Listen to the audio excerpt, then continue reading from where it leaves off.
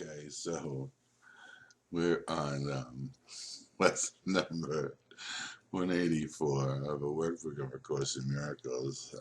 God's name is my inheritance. I'm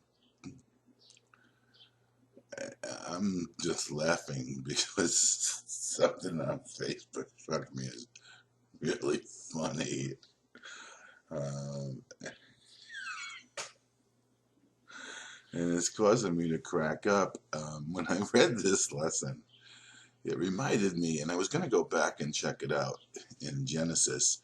There's a section, I believe, in Genesis where Adam is asked to name the animals, and this lesson is sort of reminiscent of of that section in Genesis, because obviously we know what the saying is.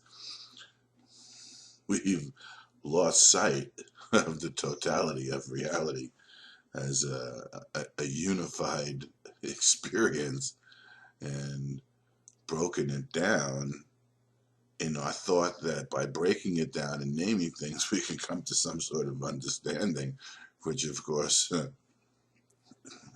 and communication, which of course is the exact opposite of how communication takes place and how we come to know what everything, especially God, not self, is. And it's typical of how the ego functions in this world, because the dream or the illusion of reality is opposite to reality in every way, and this is just one of those ways. And yet we're given the ability to use what we have done, what we have named, in a new way, in a way that serves our purpose, because it's actually always in the release of the meaning that we've given over the unified meaning of the totality that we're in, which we come to understand and come to know. There's some interesting, and I advise everyone to really take a good look at this lesson and read what it's actually saying. Read it consciously. Read it with an eye to understanding. Read it slowly and hear yourself. Hear what Jesus is saying as you read it to yourself. There's a line here, which I wanted to get to. It's toward the end. See if I could pull it up here. No one can fail. No one can fail who seeks the meaning of the name of God. Experience must come to supplement the word. But first, you must accept one name for all reality and realize that the many names you gave its aspects have distorted what you see, but not interfered with truth at all. One name we bring into our practicing, one name we use to unify our sight. And this goes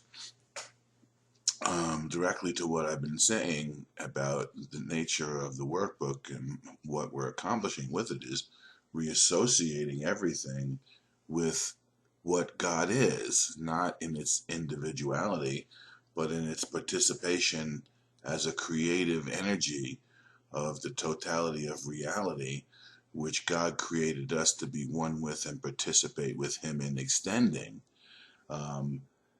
as what we are, and without the need, in a sense, for an understanding that is separate from the actual experience, in the direct knowingness of what being that reality is.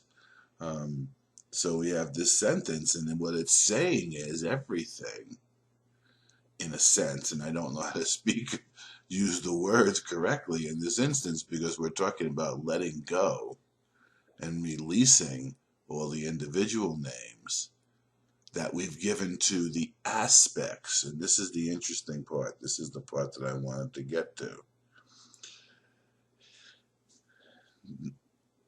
for all and realize the many names you gave its aspects.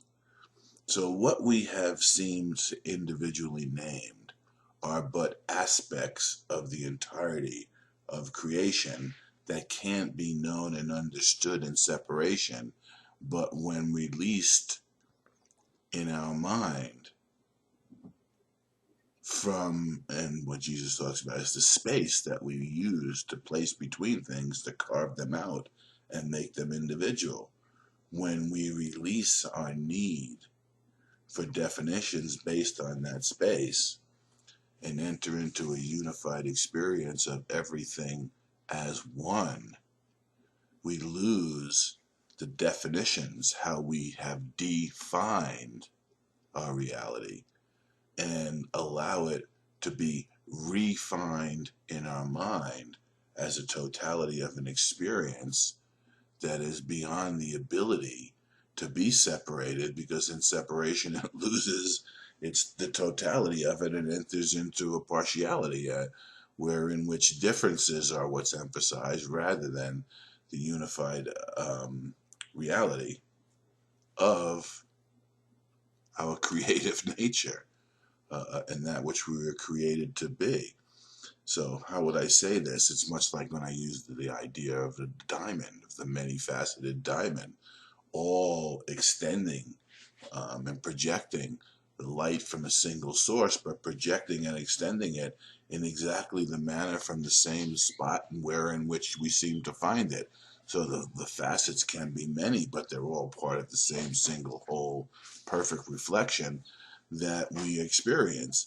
And anything apart and alone that seems to not be within the oneness of that causes us to give rise to question, because it's being seen minus its meaning, because it's been extracted from its natural wholeness within the wholeness of the reality that it was created to be. But you can understand here what he's trying to say is that each and every one of us is an aspect of that creative reality. Every living thing is an aspect of that creative reality, and it goes to make up the totality. Again, there is a teacher named Candace O'Denver, and she tried to teach it by saying that awareness contains all perspectives. And this is similar to saying that awareness has the ability to encompass all perspectives, and all perspectives make up the totality of awareness. And you can't know that totality through any individual perspective, so you have to release your perspective through the acceptance of your perspective without giving it the value that you previously had. And that's what this lesson is sort of hearkening to. You know, God has no name, and yet we use the name as an all-encompassing idea in order to sort of like discuss it within the framework of the illusion of separation that we're attempting to heal within our own mind, and then aid within the healing of all the minds that seem to be sent to us within this dream of separation. It's also in this lesson.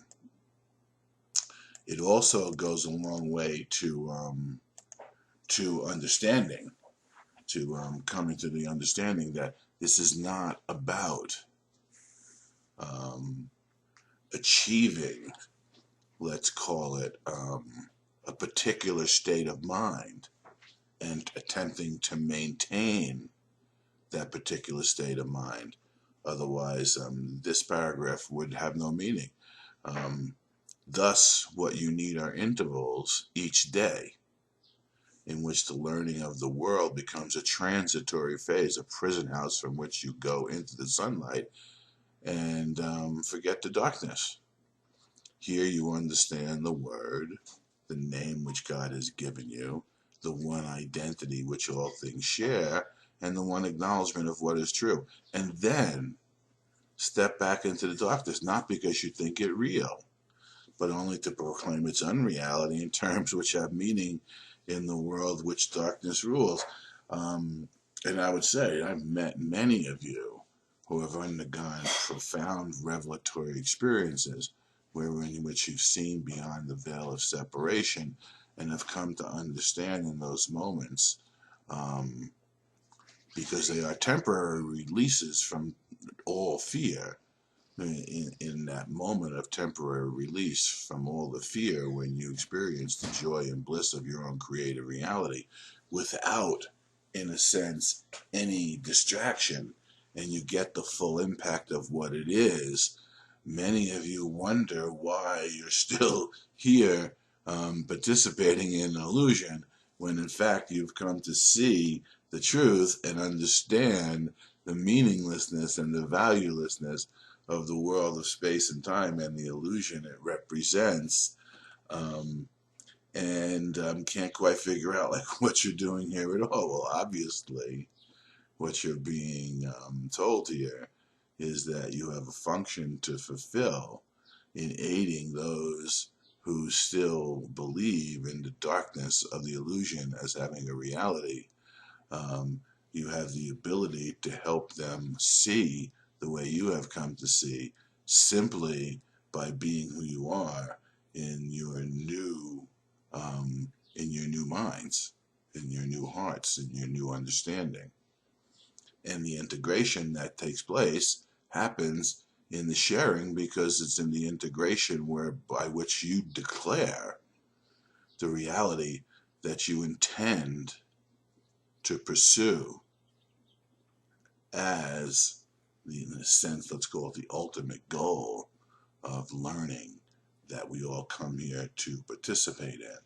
So for those of you who wonder, and I've met many who have undergone this experience, and then when the experience is over, when they do step back into the darkness, they wonder what they've done wrong, rather than asking what they can do to help in the plan for the salvation of the world in its entirety, because there are those who are waiting for you to proclaim your own awakening and your own realization, in order for them to be able to become able to entertain in their own mind that which we need to deal with. And that is, in a sense, what this lesson discusses early on. That we live by symbols, and you have made up names for everything you see. Each one becomes a separate entity, identified by its own name. By this you carve it out of unity. By this you designate its special attributes and set it off from other things by emphasizing the space around it. The space you lay between all things, to which you give a different name. All happenings in terms of place and time, all bodies which are greeted by a name. What are these names by which the world becomes a series of discrete events, of things ununified, of bodies kept apart and holding bits of mind as separate awareness. So to you who have undergone this experience, and were capable, for whatever the reason, is finally you came to an end of, let's say, of trusting your own thinking, or you've come to an end of the need to defend yourself because, simply speaking, it became too much of a burden, and it was time for you to lay that burden down. There are brothers who are waiting for you to show them the joy and the understanding that comes from the laying down of the burden in these moments, when we allow this unified awareness to dawn upon us and become the light by which we see, and the light that we extend, and the light in the eyes that is seen in those brothers, that will cause or help or foster a condition wherein which others who have not yet gotten to that point can begin to question honestly, and now you have an answer that you can give to them. And that is how this is integrated. That's how the message is integrated. You receive to give freely of what you've received in order to allow yourself to fit back into the reality you never left as a participatory aspect of that reality rather than the body in space and time that you previously thought you were. And there are those who still think that that bodily identity is their reality, to whom they will come to you. They will come to you, and now you can offer them the truth of who you are and who they are. And you'll know what to do in that instant. And that'll be your integration. That'll be the way you demonstrate the trust of that new awareness and the desire for it to be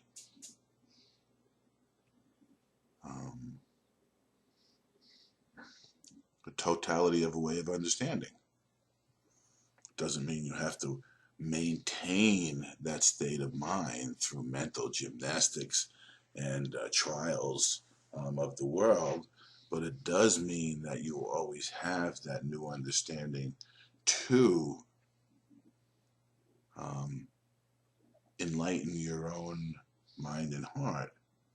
So as an aspect of the totality of that light reality, you can bear witness to the truth of who you are and to your brothers as well who have yet to come to understand that. So don't be disheartened by the fact that you went beyond the world of space and time for a moment and you returned with the recognition of the reality of the totality of the light and understanding that is beyond the illusion of separation, where understanding, and this talks about it, we try to understand things by putting together the bits and pieces, the parts, but we don't even know what the wholeness is. So we're always attempting to put it together and put it together in a way that makes sense to us, but denies us the ability for it to make sense within the reality that we're a whole perfect part of.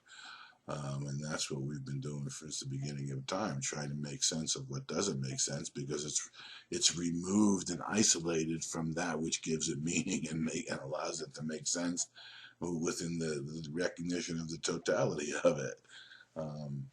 And that's what we're coming to understand. So in the sense that, when we name God, even, it's as if he's at a distance from us, from where we name him. And when we undergo the experience, we recognize that God is in everything, because God is in my mind. And the totality of reality is the experience that we call God. So you cannot be separate from everything, because everything is what reality is, not within the named bits and pieces that we've come to call it, but within the lack of the differentiation that necessitates perspectives of isolation and separation and distance. And whereas we become aware of the flow of creation that exists in now as it extends into eternity, and we experience the infinite nature of our being to extend as the ever increasing nature of our creation, of our reality, grows in its magnitude within us.